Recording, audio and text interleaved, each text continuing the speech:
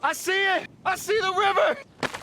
Paul glanced up at the mountain, and the sight before him left him panicked. He immediately signaled the woman behind him to run for her life. When she turned around, she saw a massive avalanche rushing toward her. It was her first time experiencing such a huge avalanche. Terrified, she froze in place, and in an instant was buried under the snow. After the avalanche passed, Paul, who had survived in a cave, immediately came out to search. By then, the woman was trapped under the snow, unable to move. She could only use her last bit of strength to shout 2 words.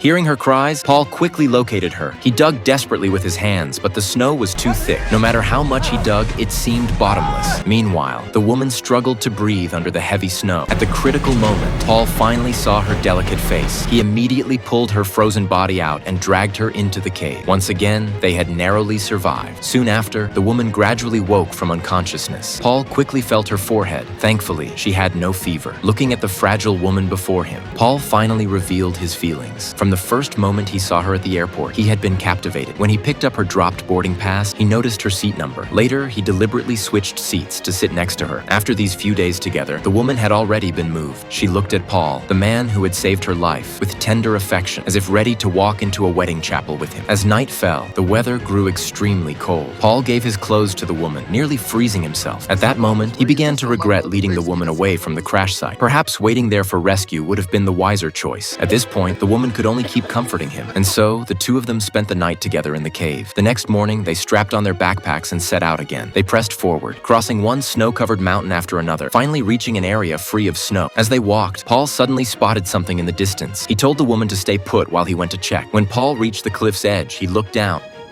I see it! I see the river! At that moment, the woman saw Paul fall down.